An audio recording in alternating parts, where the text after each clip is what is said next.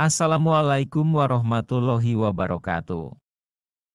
Kembali lagi dengan kami di Kreator Amatir. Kali ini kami akan membacakan sebuah cerita berjudul Lorong Tak Berujung. Sebelum ke ceritanya, kami mohon dukungannya kepada teman-teman semua untuk membantu mendukung channel ini dengan cara subscribe, like, komen, dan share ke media sosial teman-teman semua. Tidak berlama-lama lagi, langsung saja ke ceritanya. Di sebuah kota kecil, ada sebuah lorong sempit yang jarang dilewati orang. Orang-orang menyebutnya lorong tak berujung, karena siapapun yang masuk ke dalamnya, tidak akan pernah benar-benar keluar. Suatu malam, seorang pemuda bernama Raka berjalan melewati lorong itu untuk memotong jalan pulang. Udara terasa dingin, dan setiap langkahnya menggema aneh. Baru beberapa meter masuk, ia merasa ada sesuatu yang mengikutinya. Langkah-langkah kecil, nyaris tanpa suara. Ketika Raka menoleh, lorong di belakangnya terlihat lebih panjang dari sebelumnya. Jalan keluar seolah menjauh. Ia mempercepat langkahnya, tapi semakin ia berjalan, lorong itu semakin memanjang. Dinding-dindingnya kini dipenuhi coretan-coretan aneh yang sebelumnya tak ada. Lalu terdengar suara berbisik. "Selamat datang." Raka menoleh ke kanan. Di sela-sela celah dinding bata, ada sepasang mata pucat yang menatapnya. Sosok itu tersenyum, senyum lebar yang mustahil bagi manusia. Raka berlari sekencang mungkin, tapi tak pernah menemukan jalan keluar. Bertahun-tahun kemudian, seorang wanita bernama Sari mendengar cerita tentang lorong tak berujung. Ia penasaran dan memutuskan untuk mencobanya. Saat melangkah masuk, ia melihat coretan di dinding bertuliskan "Tolong aku." Raka, ia ingin berbalik, tetapi lorong di belakangnya sudah berubah, dan kini, lorong itu menunggu pengunjung berikutnya. Sari berdiri terpaku di depan tulisan itu. Dadanya naik turun, jantungnya berdebar keras. Di sekelilingnya, lorong terasa semakin menyempit, seolah-olah dindingnya bergerak mendekat. Ini pasti lelucon.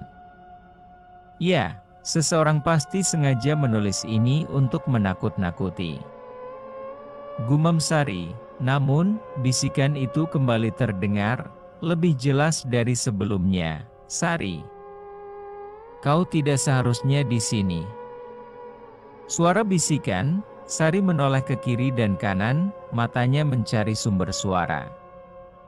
Tak ada siapa-siapa, hanya dinding yang semakin lembab dan gelap. Tiba-tiba, terdengar langkah tergesa-gesa dari arah depan.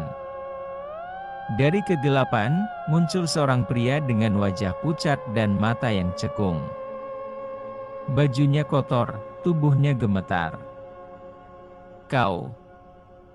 Kau harus keluar sebelum dia datang," kata Raka. "Siapa kau? Apa maksudmu?" tanya Sari. Raka meraih tangan Sari dengan erat, membuatnya tersentak. "Aku Raka. Aku sudah terjebak di sini selama. Aku tidak tahu berapa lama. Tapi aku tahu satu hal, tidak ada yang benar-benar keluar dari sini," kata Raka. Terdengar suara berderak dari atas, seperti sesuatu yang merayap di langit-langit lorong. Sari mendongak dan matanya membelalak. Sesosok makhluk bertubuh kurus kering dengan wajah kosong merayap di atas mereka. "Kalian tidak boleh pergi," kata makhluk itu. Raka menarik Sari, berlari ke arah yang menurutnya adalah jalan keluar. Tapi lorong di depan mereka terus berubah, bercabang-cabang. Seakan menyesatkan mereka lebih dalam. "Kita harus bagaimana?" tanya Sari. Satu-satunya cara adalah mengorbankan seseorang. Jawab Raka menggigit bibirnya. Sari menatapnya ngeri. Apa maksudmu? Tanya Sari. Seseorang harus tinggal di sini, menggantikan kita. Jawab Raka, berbisik. Sari mundur perlahan. Apakah Raka mencoba mengorbankannya? Ataukah dia berkata jujur? Sementara itu, di ujung lorong, makhluk itu semakin mendekat. Sari menelan ludah, keringat dingin mengalir di pelipisnya. Ia mundur selangkah, tetap menatap Raka yang kini menggenggam tangannya lebih erat, mengorbankan seseorang. Maksudmu? Aku? Tanya Sari. Raka menggeleng cepat, aku tidak ingin melakukan ini. Tapi aku sudah melihatnya terjadi berkali-kali. Seseorang harus menggantikan kita agar kita bisa keluar.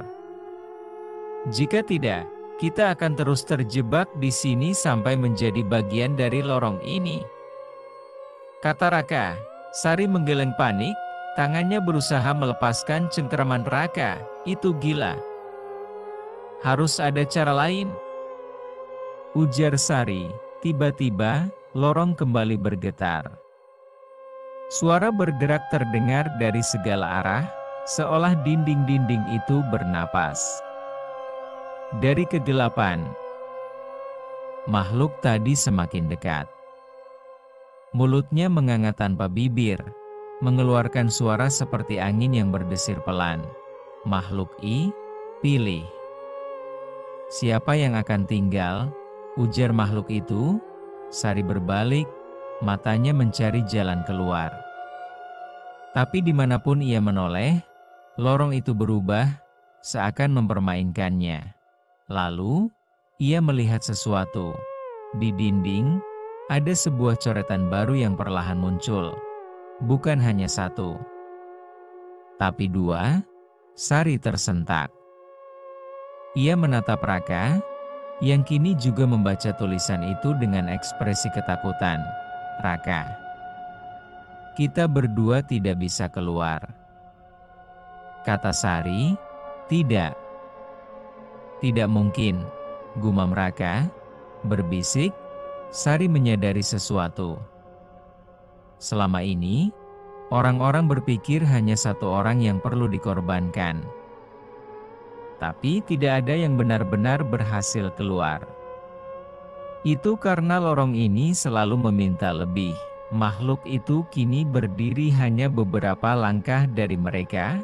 Pilih, kata makhluk itu. Sari memejamkan mata, pikirannya berpacu. Ia bisa menyerahkan Raka. Bisa saja ia lari dan membiarkannya tertinggal. Tapi siapa yang menjamin lorong ini akan membiarkannya pergi? Kemudian, sebuah pikiran lain muncul. Bagaimana jika tidak ada yang tinggal? Bagaimana kalau kita menolak? Bagaimana kalau kita melawan? Tanya Sari. Raka menatapnya bingung. Apa maksudmu? Tanya Raka. Kita selalu berpikir lorong ini menentukan segalanya. Tapi bagaimana kalau kita yang menentukan? Jawab Sari. Makhluk itu bergerak lebih dekat, tangannya yang kurus dan panjang terjulur. Sari menggenggam tangan Raka erat. Lari. Jangan berhenti. Jangan takut. Ujar Sari, dan mereka berdua berlari, bukan menjauh, tapi ke arah makhluk itu. Makhluk itu meraung. Lorong bergetar hebat, dan tiba-tiba segalanya berubah menjadi putih. Sari dan Raka jatuh tersungkur di atas aspal yang basah. Mereka terengah-engah, menatap sekeliling. Mereka berada di luar lorong. Malam masih sama, udara dingin masih menusuk, tapi mereka sudah keluar. Raka menoleh ke belakang. Lorong itu masih ada, namun kini terlihat lebih gelap. Lebih sunyi. Apa yang kita lakukan tadi? Tanya Raka. Sari menggeleng, mungkin. Lorong itu tidak pernah bisa menahan orang yang melawannya. Jawab Sari. Tapi saat mereka beranjak pergi, di dinding luar lorong, sebuah coretan baru muncul. Aku akan menunggu yang berikutnya. Sari dan Raka berjalan menjauh dari lorong dengan napas tersengal. Kaki mereka masih gemetar, seolah tubuh belum sepenuhnya percaya bahwa mereka benar-benar keluar. Mereka berdiri di bawah lampu jalan yang redup. Kota di sekitar mereka terlihat normal, seolah tidak ada yang berubah. Kita benar-benar keluar. Tanya Raka. Aku juga gak tahu. Tapi kita ada di sini, kan? Jawab Dari. Raka mengangguk ragu, lalu menoleh ke belakang. Lorong itu tetap ada di tempatnya, gelap dan sunyi. Tidak ada suara aneh, tidak ada makhluk mengerikan. Kalau gitu, kita pergi saja. Lupakan semuanya, ujar Raka. Sari mengangguk. Mereka berdua melangkah menjauh, tapi setelah beberapa meter, angin dingin berhembus, membuat bulu kuduk mereka berdiri. Lalu, suara langkah terdengar, pelan, teratur. Sari dan Raka saling berpandangan. Mereka menoleh ke belakang, dan lorong itu tidak ada lagi. Di tempatnya, kini hanya ada sebuah gang kecil biasa. Tidak ada kegelapan yang menyeramkan, tidak ada aura jahat. Hanya gang biasa, dengan dinding kusam dan beberapa coretan grafiti. Apa? Bagaimana bisa? Tanya Sari. Raka melangkah maju, menyentuh dinding gang itu. Dingin, kasar, nyata. Apa mungkin lorongnya hilang? Tanya Raka. Sari menggigit bibirnya. Itu terdengar masuk akal. Lorong itu mungkin hanya ada selama mereka masih di dalamnya. Dan sekarang, setelah mereka keluar, lorong itu menghilang, atau berpindah tempat. Mereka berdua saling bertukar pandang. Kalau begitu, semuanya sudah selesai? Tanya Sari. Namun, sebelum Raka bisa menjawab, mereka mendengar suara lain. Suara notifikasi dari ponsel Sari. Dengan tangan gemetar, Sari mengeluarkan ponselnya dan melihat layar. Ada pesan dari nomor tak dikenal. Pesan itu hanya berisi satu kalimat. Kalian pikir sudah keluar? Sari langsung merasa mual. Ia menunjukkan ponselnya pada Raka, dan wajah pemuda itu langsung pucat pasi. Lalu, ponsel Raka pun berbunyi. Pesan masuk, aku akan menunggu. Di sekeliling mereka, lampu-lampu jalan mulai redup satu persatu. Udara kembali menjadi dingin, dan dari ujung jalan, jauh di kegelapan, terdengar langkah kaki yang datang mendekat, bersambung. Terima kasih kepada teman-teman semua yang sudah menonton dan menyimak juga mendengarkan cerita ini. Wabillahi taufiq wal hidayah. Wassalamualaikum warahmatullahi wabarakatuh.